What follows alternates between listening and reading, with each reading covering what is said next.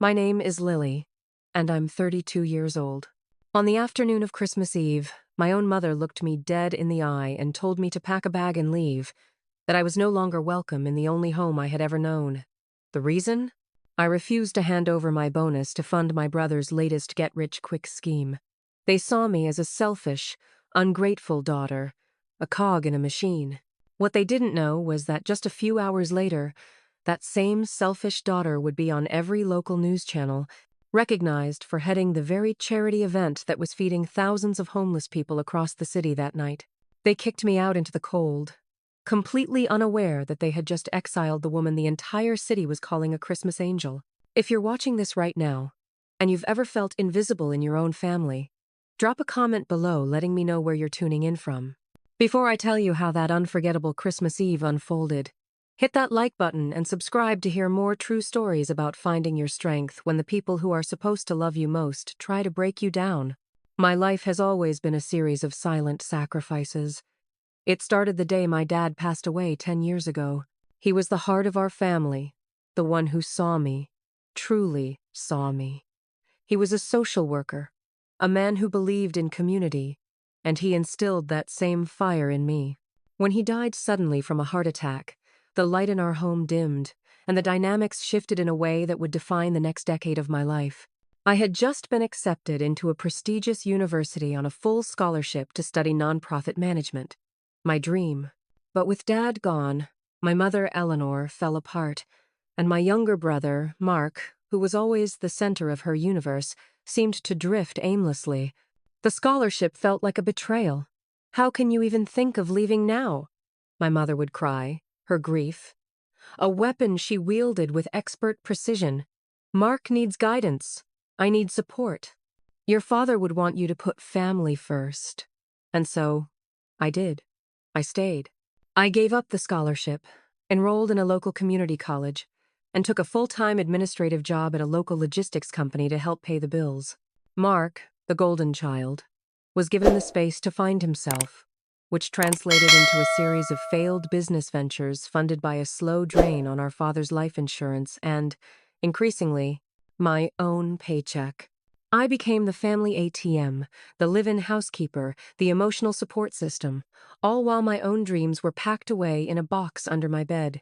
The injustice was a low, constant hum in the background of my life. I remember when Mark decided he wanted to open an artisanal coffee shop at 22, despite knowing nothing about coffee or business. He needed $20,000 for startup costs. My mother co-signed a loan, using the house as collateral, and I was pressured into contributing my entire savings, $5,000 I had painstakingly saved for a down payment on a small car. "It's an investment in your brother's future, Lily," my mother said, as if it were a privilege. "When he succeeds, we all succeed." The coffee shop went bankrupt in 6 months. I never saw a dime of my money again, and no one ever mentioned it. Then there was his wedding 2 years ago. He was marrying a woman who was just as image-obsessed as he was, and they wanted a lavish affair they couldn't afford. I worked double shifts for a year to help pay for it. I designed the invitations, arranged the flowers, and even baked the wedding cake myself to cut costs. My wedding gift to them was a check that nearly emptied my bank account. At the reception, during the toasts, my mother stood up and praised Mark for his generosity and success, never once acknowledging my contribution. I stood by the gift table, smiling until my cheeks ached, feeling utterly invisible. It was the story of my life, my labor, his glory, my sacrifices, their comfort. While they saw me as a simple administrator, a reliable but unremarkable part of the furniture, I was quietly building something of my own. My father had left me a small, separate inheritance of $50,000, with a handwritten note, "For your dream, Lily. Don't let anyone else tell you what it should be." For years, I didn't touch it. It was my last tangible piece of him. But 2 years ago, watching the homeless population in our city grow, seeing families struggle in the cold, I knew what my dream had to be. It was his dream, too. I used that money to anonymously found the North Star Initiative. I started small, organizing a mobile soup kitchen. I worked on it during my lunch breaks, late at night after my family was asleep, and on weekends when they thought I was running errands. I built a website, recruited volunteers, and wrote grant proposals. I poured every ounce of my being into it, this secret project that was entirely mine. And it grew. It grew faster and bigger than I ever could have imagined. Within 2 years, we were one of the largest hunger relief charities in the state, with corporate sponsors, a fleet of food trucks, and a network of hundreds of volunteers. And no one in my family knew. To them, I was just Lily, the quiet daughter who worked a boring office job and still lived at home. This anonymity was my shield. It protected my dream from their judgment and their demands. I thought I could keep these two worlds separate forever. But I had no idea that on this Christmas Eve, they were about to collide in the most devastating way possible. The catalyst arrived, as they so often do, through a television screen. It was the morning of Christmas Eve, and a light snow was blanketing the city, creating a picturesque scene outside our living room window. I was in the kitchen, humming along to carols on the radio, preparing the ingredients for the Christmas dinner I would cook later that day. It was a tradition I had taken over after my dad died, a full turkey dinner with all the trimmings. My mother and Mark were in the living room, sipping coffee and watching the local morning news. Usually the morning news was just background noise, a cheerful blend of weather forecasts and holiday fluff pieces. But then, a familiar logo flashed across the screen. A simple, elegant compass with a bright star at the north point. My logo. My heart skipped a beat. "And now for a story that truly captures the spirit of Christmas," the anchorwoman said with a warm smile. "We're talking about the incredible work of the North Star Initiative, the anonymous charity that has become a beacon of hope for so many in our community." I froze, my hands hovering over a bowl of stuffing mix. I could hear the television from the kitchen as the segment began. It was a 5-minute feature, beautifully produced, showcasing our work. There was footage of our volunteers handing out warm meals, interviews with people who had been helped by our programs, and clips of our food trucks navigating the snowy city streets. The report highlighted our biggest event of the year, the citywide Christmas Eve dinner, where we aimed to serve over 5,000 hot meals at 10 different shelters and community centers across the city. The founder of this incredible organization has famously remained anonymous, the reporter narrated over a shot of our bustling central warehouse. They are known only as the director, but what is known is their impact. This year, the North Star Initiative has raised over $2 million in donations and corporate sponsorships, every cent of which goes directly back into feeding and sheltering our city's most vulnerable. In the living room, my mother let out an impressed whistle. $2 million, she said, her voice filled with awe. Can you imagine, Mark? Some people are just on another level. That director person must be a genius. Mark grunted in response. Probably some tech billionaire trying to clean up their image. Still, that's a lot of cash. I wish I had a piece of that. I leaned against the kitchen doorway, my heart pounding. It was surreal, hearing them talk about me without knowing it was me. They were praising my work, my passion, my success, all while seeing me as nothing more than the family cook. A strange mix of pride and sadness washed over me. Pride in what I had built, and sadness that I could never share it with them. The news segment concluded with the anchor praising the anonymous founder. "Whoever this director is," she said, looking directly into the camera, "our city owes you a debt of gratitude. You are a true Christmas angel." My mother sighed dramatically. "Well, it's nice to know some people are doing well. Unlike us." She turned to my brother. "Mark, have you heard anything back about that new business loan?" The atmosphere in the room shifted instantly from admiration for a stranger to the familiar, heavy cloud of my brother's financial troubles. His latest venture was an app for rating artisanal dog biscuits. He was convinced it was the next big thing, but no investor would touch it. He had already sunk thousands of dollars of our mother's money into it, and now he was desperate. "The banks are all the same, Mom." "No vision," Mark said dismissively, scrolling through his phone. "I just need a little more capital to get through the next development phase. If I could just get 20,000, I know I could make it work." My mother looked from his dejected face to me as I walked into the living room to clear their coffee cups. Her eyes narrowed with a calculating look I knew all too well. It was the look that always preceded a demand, a sacrifice that would inevitably be asked of me. "Lily," she began, her tone deceptively sweet. "Your end-of-year bonus from the logistics company must be coming through soon, right? They always pay it out right before Christmas." I paused, the coffee cups rattling slightly in my hands. I didn't get a bonus. My administrative job was stable but modest. The company gave out a $50 gift card and a frozen turkey, but over the years, I had let them believe I received a small cash bonus, because it was easier than explaining why I never had extra money for their constant needs. It was a small, white lie that was about to grow into a monstrous problem. "It's not very much, Mom," I said carefully. "Nonsense." She waved her hand. "You've been there for years. It must be at least a few $1,000s. And this year, we really need you to step up. Your brother is on the verge of a breakthrough." This was it. The collision I had always feared.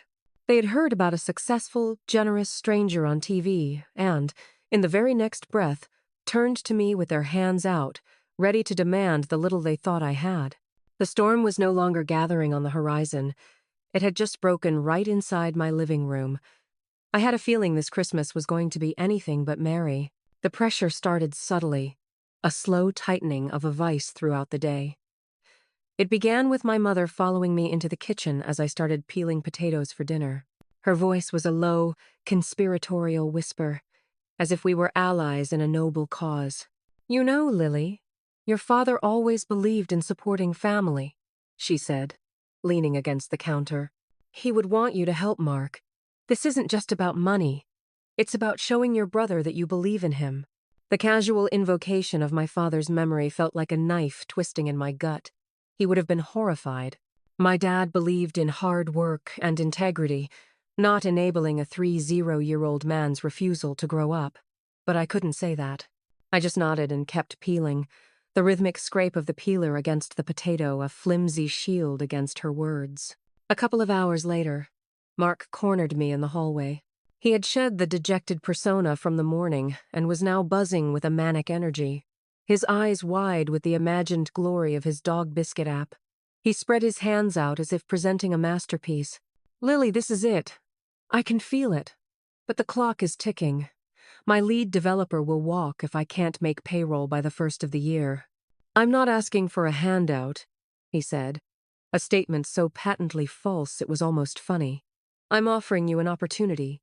You give me your bonus now, and I'll cut you in for 5% of the company." 5% of nothing was still nothing.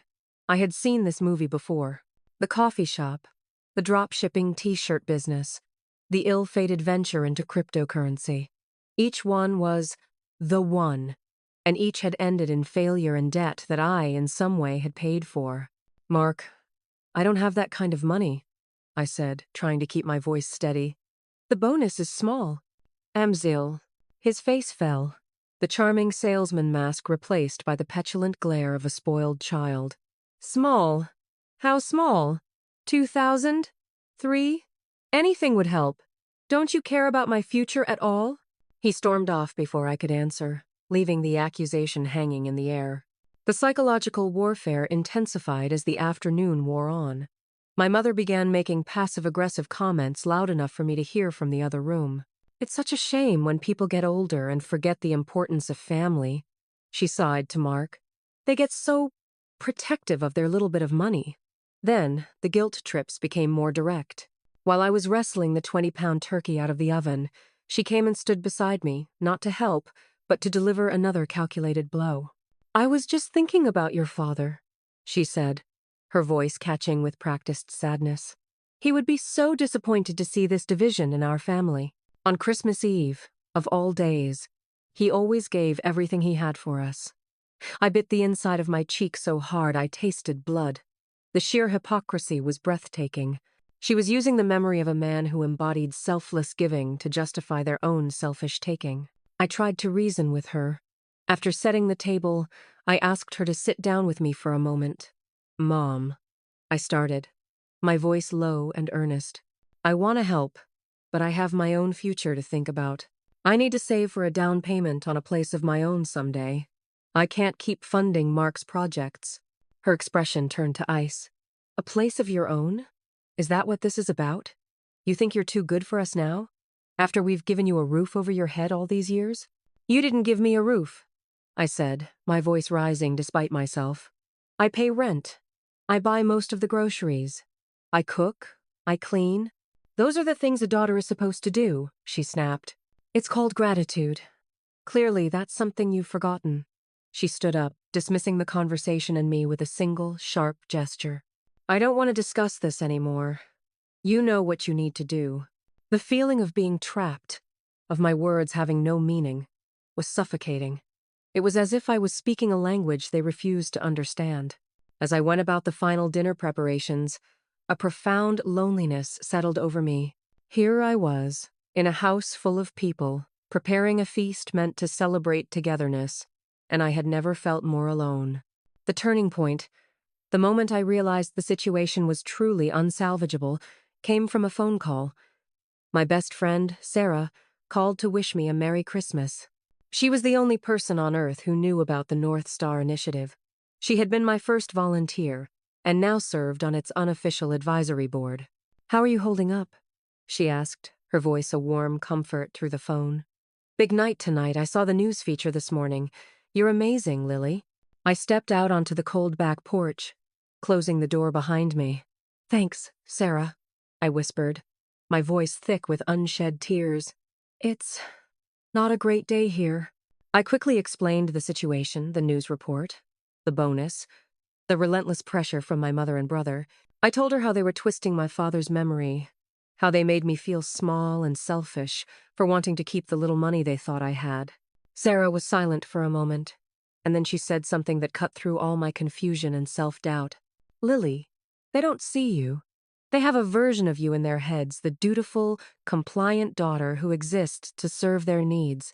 They're not praising the real you on TV, they're praising a stranger. And at the same time, they're trying to bleed the real you dry. This isn't a family, Lily. It's a parasitic relationship. A parasitic relationship. The words hit me with the force of a physical blow because they were true. I had been the host, and they had been feeding off my energy, my money, and my spirit for a decade. Hanging up the phone, a cold clarity washed over me. My mother wasn't a grieving widow needing support. She was a master manipulator. My brother wasn't a struggling entrepreneur. He was an entitled man, child who had never been forced to stand on his own 2 feet. And I wasn't a bad daughter. I was a resource they had exhausted. I walked back inside, the festive carols on the radio now sounding hollow and mocking. The aroma of roasting turkey and cinnamon filled the air, a scent that used to mean love and family, but now just smelled like obligation. I knew then that I couldn't give them the money, not because I was selfish, but because my own self-preservation demanded it. This wasn't just about a bonus anymore. It was about my life. I had no idea that my quiet refusal would lead to an explosion that would shatter our family forever. The final act of this Christmas tragedy was about to begin. The final act began at the dinner table. The table I had set with our best china, the one reserved for holidays. The turkey I had roasted to a perfect golden brown sat in the center, a testament to a tradition I was desperately trying to uphold. But the festive scene was a facade. The air was thick with unspoken tension, heavy and cold. For a while, we ate in near silence, the only sounds the clinking of silverware against plates. I tried to make small talk, asking Mark about his girlfriend, complimenting my mother on her festive sweater. My attempts were met with monosyllabic answers and pointed glares. They were giving me the silent treatment, a classic tactic from my mother's manipulation playbook, designed to make me feel so uncomfortable that I would break and give them what they wanted. But something in me had shifted after my call with Sarah. The guilt that had been my lifelong companion was being replaced by a slow-burning anger. I wasn't going to break. Mark was the one who finally shattered the pretense of a civilized holiday meal.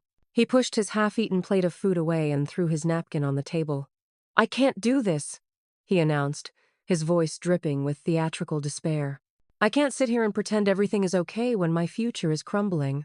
My mother immediately put her fork down and reached for his hand. "Oh, Mark, don't say that. It's going to be okay. We just need to rally as a family." Her eyes shot to me, a clear, unmistakable command. "Fix this." This was it. The moment of confrontation they had been engineering all day. I took a slow sip of water, my hand surprisingly steady. I looked from my brother's pouting face to my mother's expectant one. "I'm sorry you're struggling, Mark," I said, my voice calm and even. "But I told you, I can't give you money I don't have for a project I don't believe in."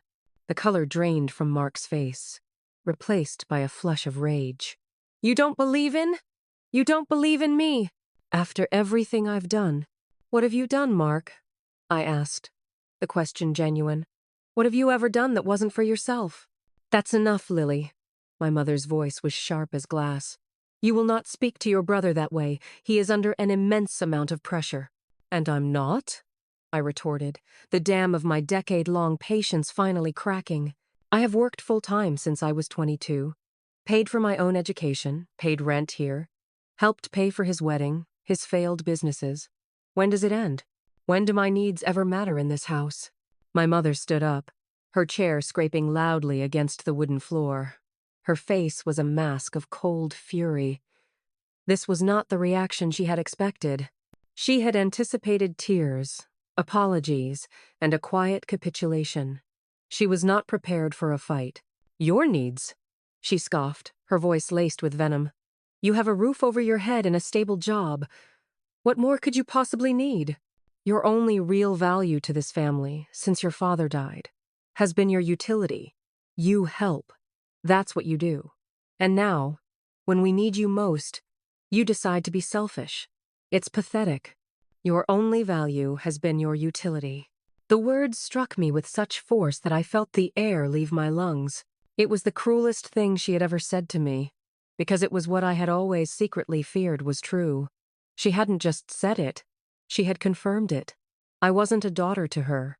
I was a tool, an appliance, a resource. And now, I was malfunctioning. I looked at her, truly looked at her, and I saw a stranger. The last vestiges of hope that we could ever have a real, loving relationship died in that moment. "I see," I said, my voice barely a whisper. I stood up from the table, my appetite gone, my connection to them severed. "If that's how you feel, then there's nothing more to say."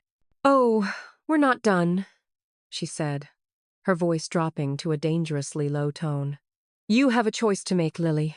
Right here, right now. You can transfer that bonus money to your brother's account and be a part of this family. Or you can keep your precious money and find somewhere else to be. We will not harbor a selfish, ungrateful person in this house." Oh, it was an ultimatum.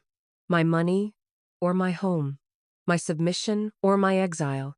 10 years ago, I would have crumbled. 1 year ago, I would have wept. But tonight, I felt nothing but a cold, hard certainty. The house had stopped being a home a long time ago. It was just a building where I slept and served my sentence. Mark, seeing my hesitation, chimed in with a smug smirk. "Yeah, Lily, where would you even go on Christmas Eve? Every hotel is booked.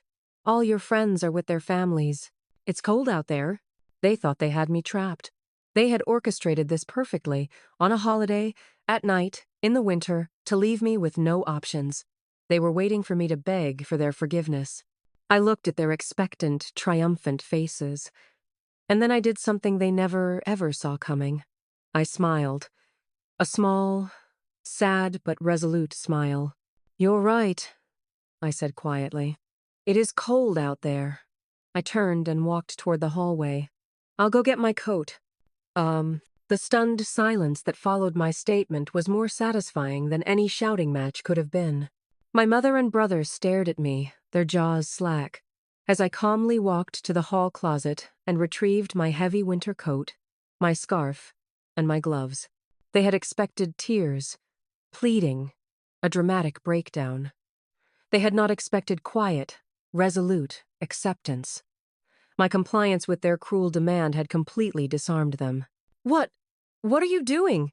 my mother stammered, finally finding her voice as I began to put on my coat. "Exactly what you told me to do," I replied, not looking at her. I methodically buttoned the coat, each button a small, definitive act of separation. "I'm leaving."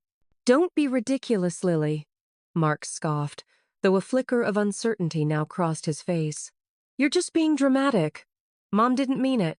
Oh, I think she meant every word, I said, pulling on my gloves. I finally turned to face them. They were still standing by the dining table, the festive meal now looking like a funeral feast. She just didn't expect me to actually listen. The secret, my ultimate advantage, was not just that I was the anonymous founder of the North Star Initiative. It was the profound emotional and logistical independence I had built for myself right under their noses. They saw me as a dependent, a permanent fixture in their home, because it was convenient for them to see me that way. They never once considered that my life outside those walls was rich, complex, and entirely my own. They had no idea about the network I had built, the respect I had earned, or the resources I commanded. They thought they were kicking a lost puppy out into the snow. They had no idea they were trying to banish a queen from a kingdom they didn't even know she ruled. As I walked toward the front door, I paused and turned back one last time. You know, the funny thing is, I said, a strange sense of calm washing over me. I don't have a bonus. The company gives us a $50 gift card. I let you believe it was more because it was just easier. The money you're kicking me out for doesn't even exist.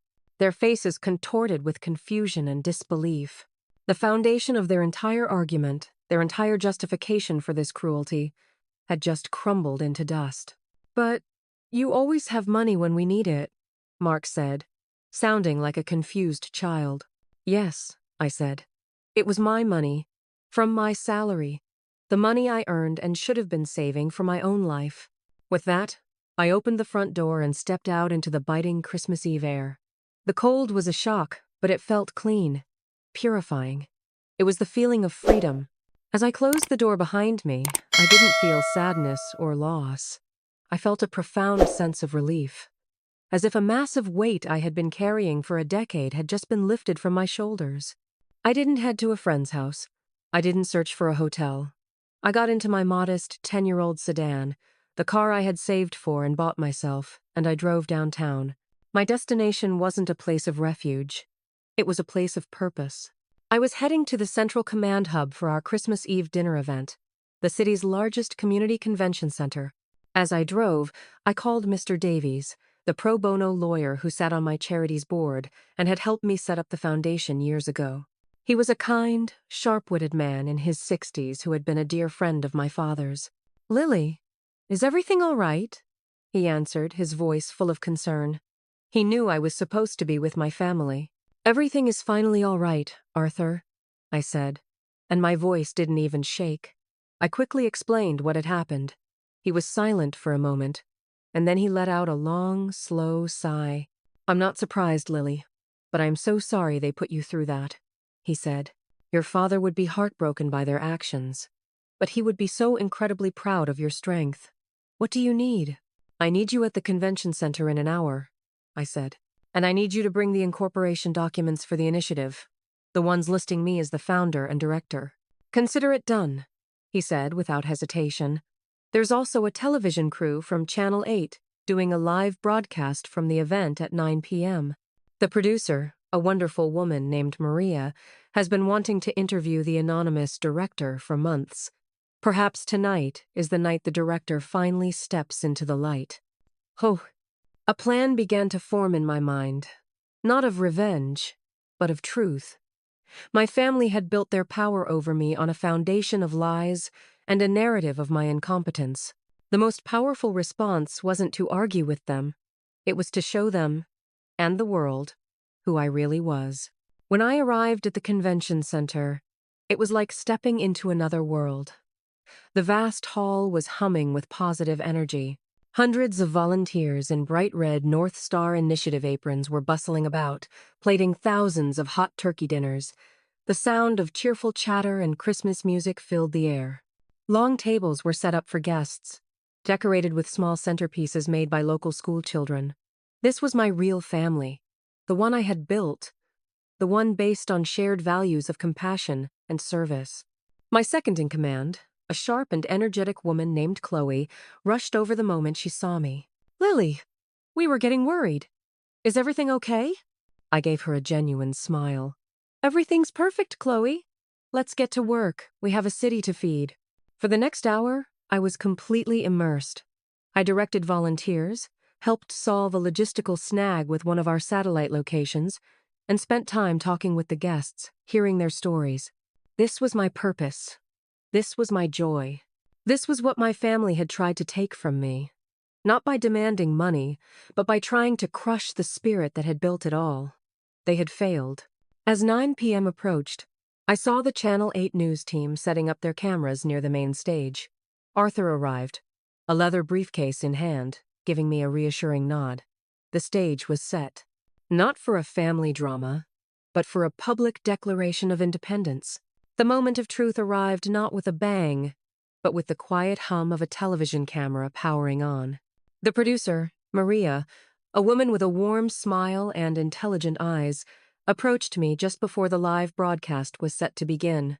Arthur had already spoken with her, laying the groundwork. "Lily?" she said, extending a hand.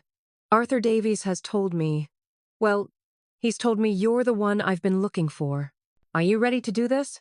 I took a deep breath, the sounds of the bustling hall fading into the background. I thought of my father. I thought of the scholarship I gave up. I thought of a decade of being made to feel small. "Yes," I said, my voice clear and steady. "I'm ready." The plan was simple, yet devastatingly effective. Maria would begin her live segment as planned, highlighting the success of the Christmas Eve event. Then, she would announce that for the first time ever, the anonymous founder and director of the North Star Initiative had agreed to an on-camera interview. And then, she would turn to me. Back at my family's house, I knew, with absolute certainty, that they would be watching. The local news was a permanent fixture in our home, especially on holidays. They would be sitting on the sofa, digesting their dinner and their self-satisfaction, completely oblivious. They probably imagined me shivering in my car or begging to be led into a friend's house. The cognitive dissonance was about to be shattering. "We're live in 5, 4, 3. The cameraman counted down. The bright light of the camera turned on, and Maria began her report. She spoke glowingly of the volunteers, the scale of the operation, the spirit of giving that filled the hall. She interviewed a family who was receiving a hot meal, their gratitude palpable and moving. Then, she turned back to the camera. "It's a truly magical night here," she said, her voice filled with genuine emotion. "And it's all thanks to the vision of one person, who until now has chosen to remain completely anonymous. We are honored to announce that tonight, the founder of the North Star Initiative has decided to share their story with us. Please welcome the director." I watched the monitor, my heart pounding a steady rhythm against my ribs. I could picture the scene at home. My mother and Mark, probably annoyed that the news was cutting into their holiday movie time, would be half listening. Their ears would have perked up at the mention of the charity they had been admiring just that morning. On screen, Maria turned toward me, a welcoming smile on her face. "Director, thank you for joining us. For years, the city has wondered who was behind this incredible work. Can you please tell us your name?" I stepped into the frame, the camera light warm on my face. I looked directly into the lens, imagining I was looking right through the screen, right into my family's living room. "My name is Lily Anderson." I let the name hang in the air for a moment. At home, confusion would be dawning. "Lily? That's a coincidence. She has the same name as—" Maria continued, following the script we had laid out. "Lily Anderson. And what is your role here exactly?" "I'm the founder and executive director," I said calmly. "I started the North Star Initiative 2 years ago with a small inheritance my late father, a social worker named David Anderson, left for me. That was the second blow. The mention of my father, their husband and father, would have vaporized any doubt. There could be no coincidence. The camera zoomed in slightly on my face. I was not hysterical. I was not broken. I was poised, articulate, and in complete control. I was a person they did not recognize. Maria's next question was the masterstroke. "That's an incredible story, Lily. It must take an immense amount of support to do what you do. I imagine your family must be incredibly proud of you tonight." This was my moment. The moment to tell the truth, not with anger or bitterness, but with a quiet dignity that would be more damning than any accusation. I held my gaze steady. My work family, my volunteers, my board members like Arthur Davies here, and our corporate sponsors have been my rock, I said, pointedly naming my chosen family.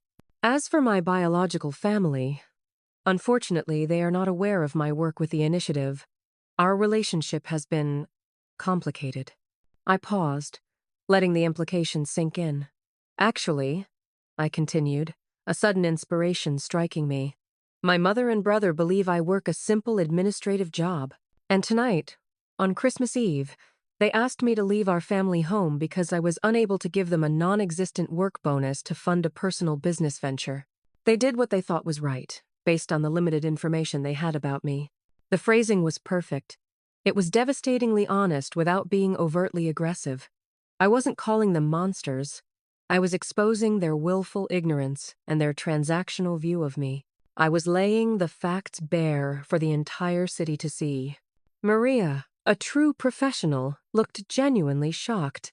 You're telling me that on the very night you are overseeing this massive act of charity, your own family turned you away?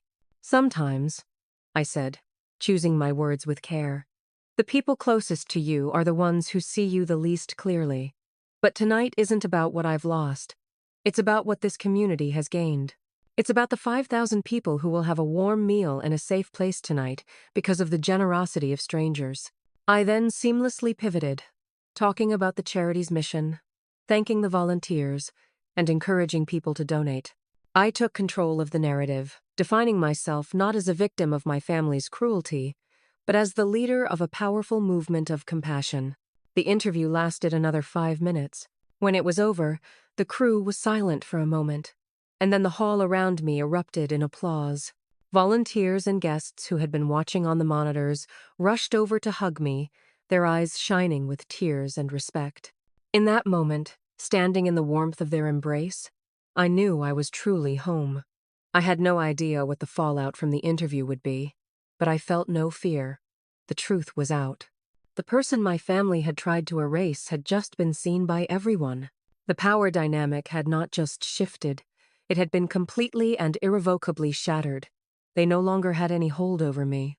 The immediate aftermath of the interview was a symphony of chaos conducted from a distance. My phone, which I had placed face down on a catering table, began to vibrate with a frantic, desperate energy, a continuous, buzzing tremor. I didn't need to look at it. I could feel the digital tidal wave of my family's panic breaking against the shores of my new reality. For the first time, however, I felt no compulsion to answer their alarm. Their emergency was no longer mine. My work here, in this hall filled with the warmth of human kindness, was my only priority. As the event wound down around midnight, the last of our guests departing not just with full stomachs but with care packages and a renewed sense of dignity, the volunteers began the cleanup. The energy in the room was one of joyful exhaustion. It was the feeling of a battle won, a mission accomplished. Arthur and Chloe walked over to me, their faces etched with a mixture of fatigue and exhilaration. "That, my dear Lily," Arthur said, his voice thick with emotion as he placed a proud, fatherly hand on my shoulder, "was one of the most dignified and powerful displays of grace under pressure I have ever had the privilege to witness. Your father, he would have been bursting with pride. He always knew the steel you had in you." "Oh," Chloe threw her arms around me in a fierce hug. "Forget being a rock star. You're a supernova. The donation portal on our website has officially crashed. Twice. The tech guys are scrambling to get it back up. The last number I saw before it went down was over $50,000 in donations, in the last hour alone. The number was staggering, almost abstract. It was wonderful. Of course, it translated directly into more meals, warmer blankets, expanded shelter hours, real help for real people. But the money itself was secondary. The true victory was the feeling of liberation that was settling deep into my bones. I had spoken my truth, not in the suffocating confines of their living room where my voice was always muted, but on my own terms, in my own arena, surrounded by the tangible proof of my life's real work. Leaving the convention center felt like stepping through a portal into a different life. The snow had stopped falling, and a profound hush had fallen over the city. everything softened and silenced under a fresh blanket of white. Arthur, ever the protector, wouldn't hear of me fending for myself. He insisted on driving me to a beautiful downtown hotel where one of our board members, the hotel's owner, had already arranged a complimentary suite for me. "No daughter of David Anderson is without a safe, warm place to sleep on my watch," he had said with a finality that brooked no argument. The suite was an oasis of calm, spacious, and quiet, with a massive window overlooking the glittering, snow-dusted cityscape. After a shower that felt like it washed away 10 years of accumulated grime and obligation, I finally wrapped myself in a plush robe and picked up my phone. The screen lit up with a battlefield of notifications, 37 missed calls, over 50 text messages. It was a digital tapestry of their crumbling reality. I scrolled through them, not with anger, but with a kind of detached anthropological curiosity. From Mom. "Lily, call me immediately. We saw the news. There has been a terrible misunderstanding." From Mark. "What the hell was that? You made us look like monsters on TV. How could you do that to your own family?" From Mom. "Please come home. We can talk about this. I didn't mean what I said. I was just upset. You know how I get." From Mark. "You totally lied to us for years. You were sitting on all that money and playing poor? Unbelievable. You owe us an explanation. And an apology." From Mom. "Lily, I'm begging you. The phone is ringing off the hook. Your Aunt Carol just called, crying. I'm so sorry. Please just call me." The messages were a chaotic, predictable cycle. Feigned misunderstanding, sputtering rage, blatant gaslighting, and finally, apologies born not of remorse, but of desperation. Mark's message, his insistence that I owed them, proved with chilling certainty that he still didn't get it. He didn't see my work as a passion or a service. He saw it as a winning lottery ticket I had been hiding from him. My mother's pleas were hollow, the panicked cries of a woman whose carefully constructed social image had just been publicly immolated. I held the power button down and watched the screen go black. The silence that followed was the sweetest sound I had ever heard. The next morning, Christmas Day, I woke up to the sun streaming through the vast window, making the snow on the rooftops sparkle.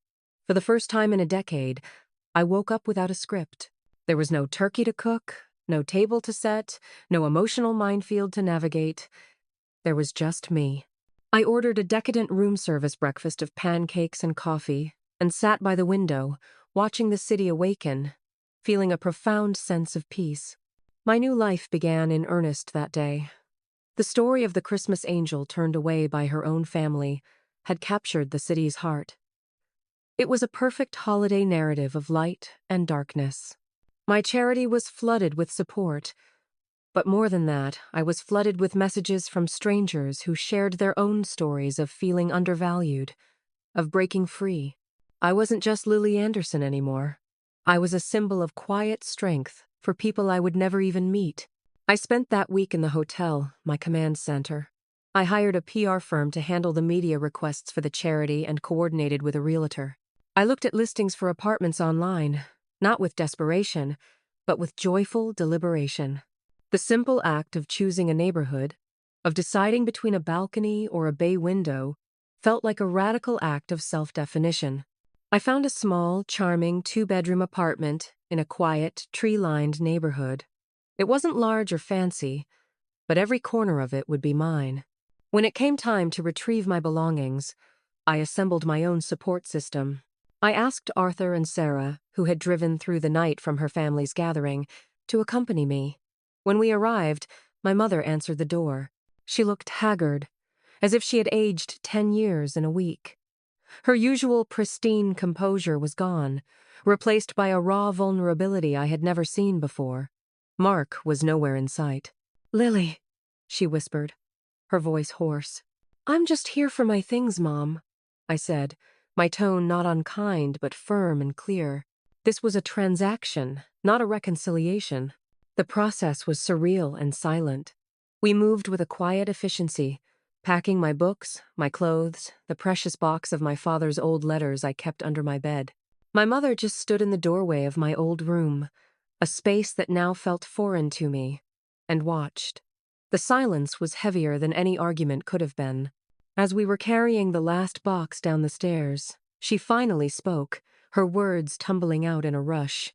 "The phone hasn't stopped ringing," she said, her voice trembling.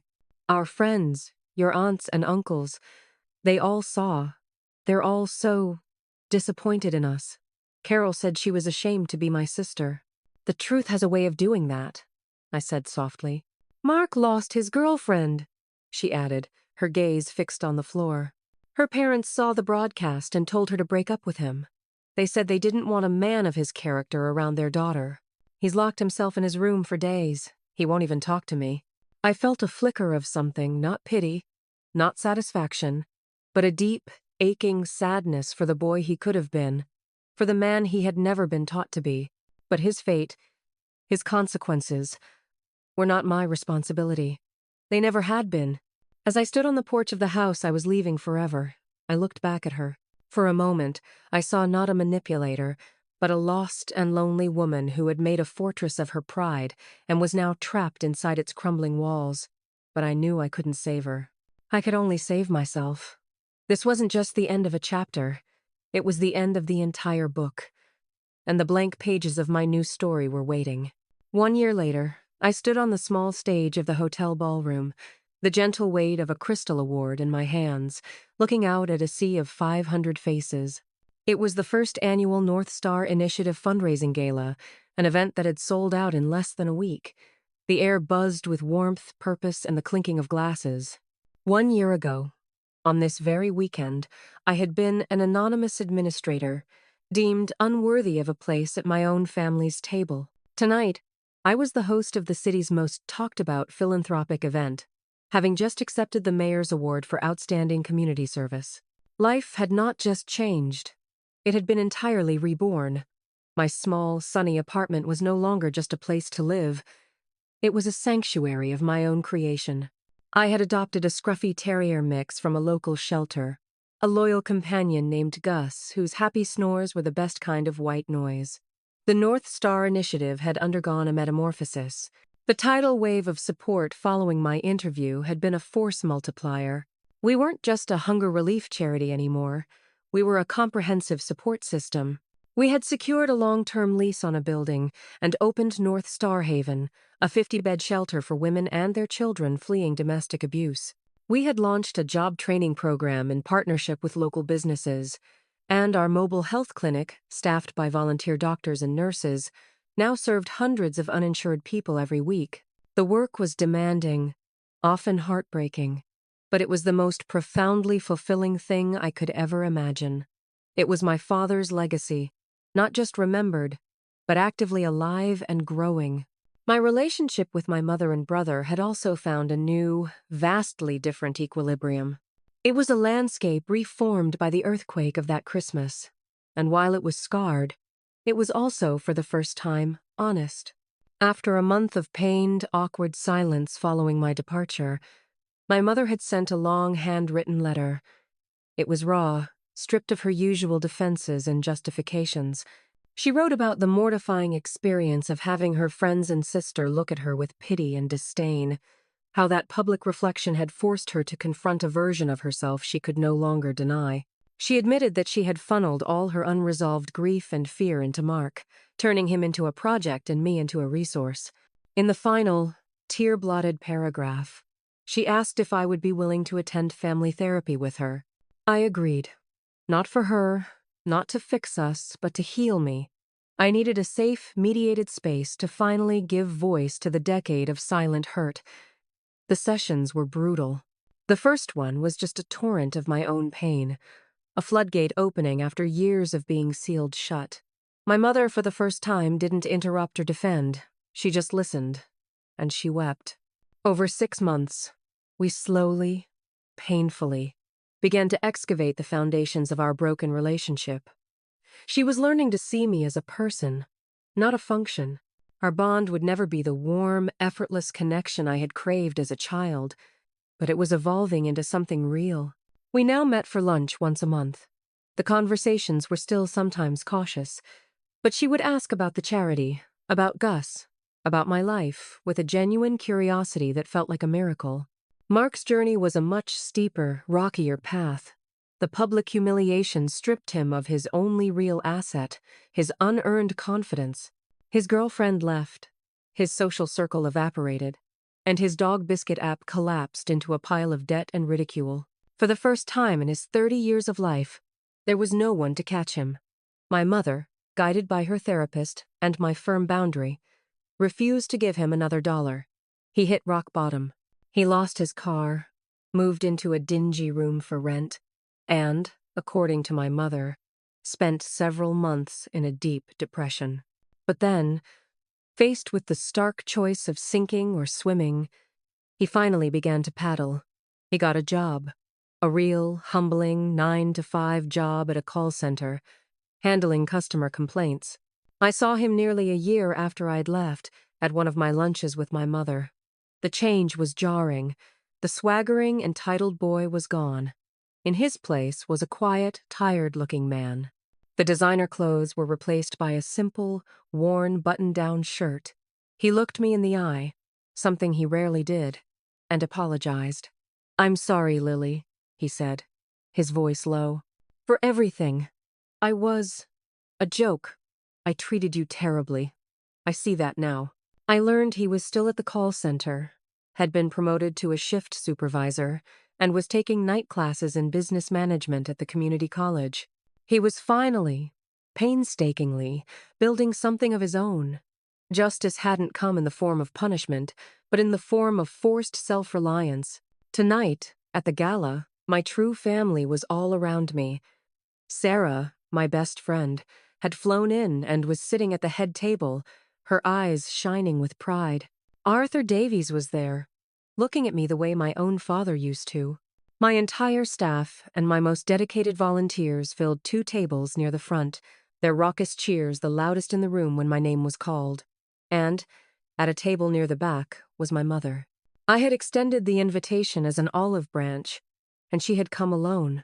She was dressed simply, looking small and nervous, but also undeniably proud, watching me with an expression of pure, unadulterated awe. It was the look of a mother finally seeing her daughter for the very first time. As the mayor handed me the award, a heavy, cool piece of crystal, and I walked to the podium, I looked out at that room. I saw the faces of people whose lives had been touched by our work. I saw the faces of people who had given their time and money to support that work. I saw my mother dabbing her eyes with a napkin and Sarah giving me a discreet thumbs up. In that moment, the word rich took on a new meaning. It wasn't about bank accounts or possessions. It was this. It was purpose. It was connection. It was the hard-won, beautiful peace that comes from building a life that aligns with your soul. I was cast out into the cold, but in that exile, I found the warmth of 1,000 suns. I had finally come home to myself. Holding that crystal award, the applause from the ballroom washing over me like a warm tide, I felt a decade of my life crystallize into a single, profound lesson. The journey that led me to this stage wasn't a sprint that started on a snowy Christmas Eve. It was a marathon that began in the silent, echoing grief of my father's passing. It was a slow, insidious journey of self-erosion, a process of chipping away at my own dreams, my own needs, and my own identity, all to maintain the delicate, toxic ecosystem of my family. For 10 years, I had unconsciously accepted their definition of my worth.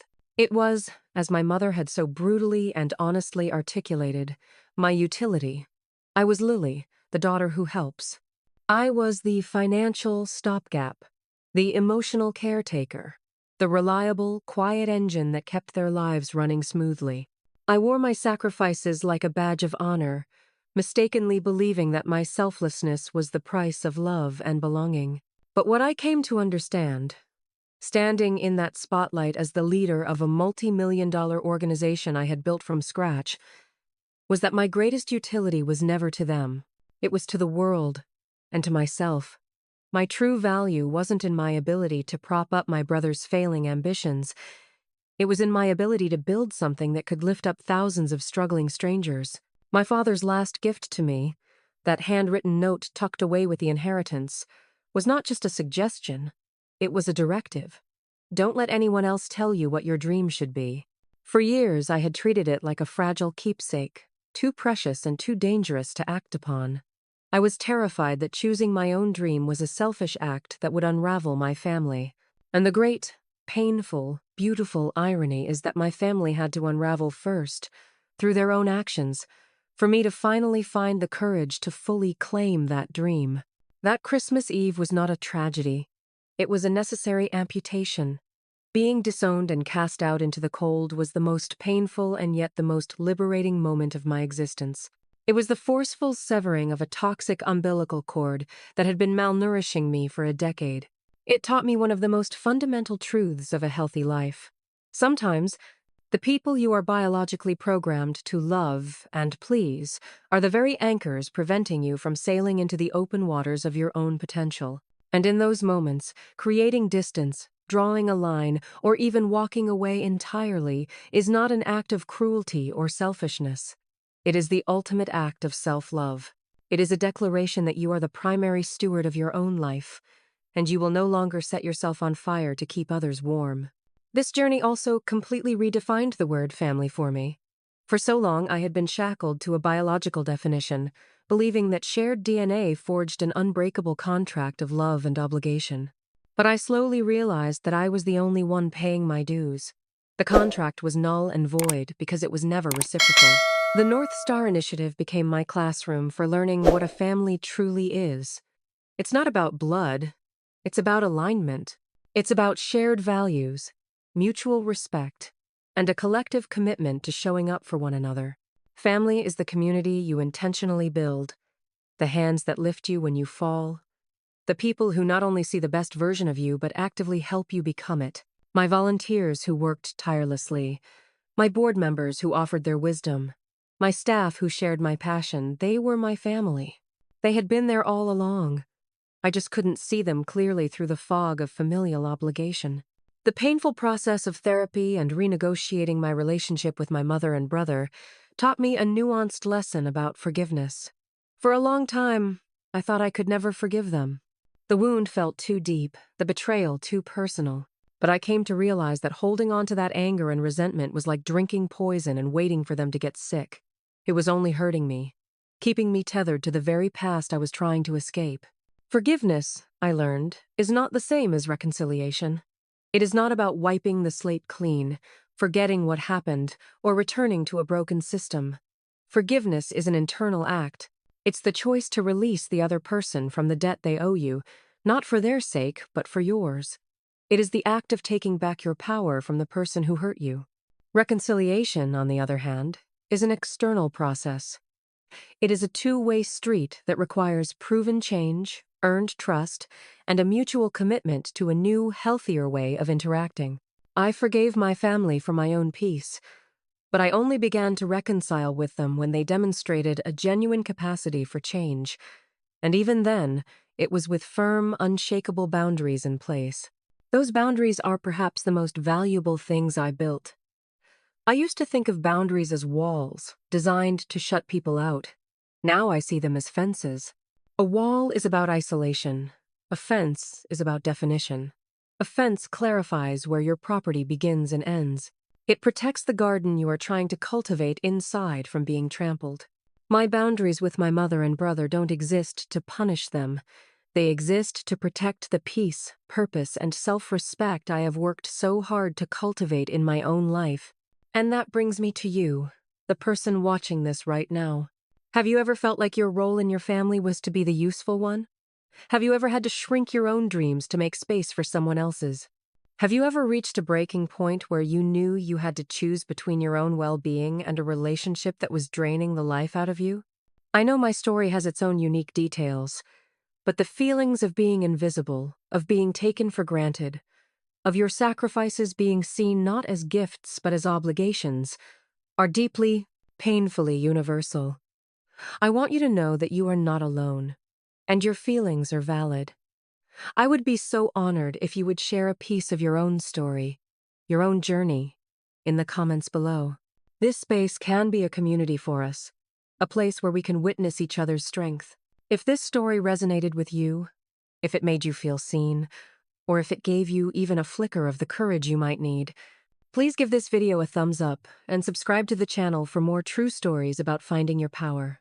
And please, share this video with someone who might be struggling in the shadows, someone who needs to be reminded that they are the main character of their own life story. Thank you for listening. Remember, your value is inherent. It is not defined by your utility to anyone else. It is defined by your existence. Be brave enough to build a life that honors it,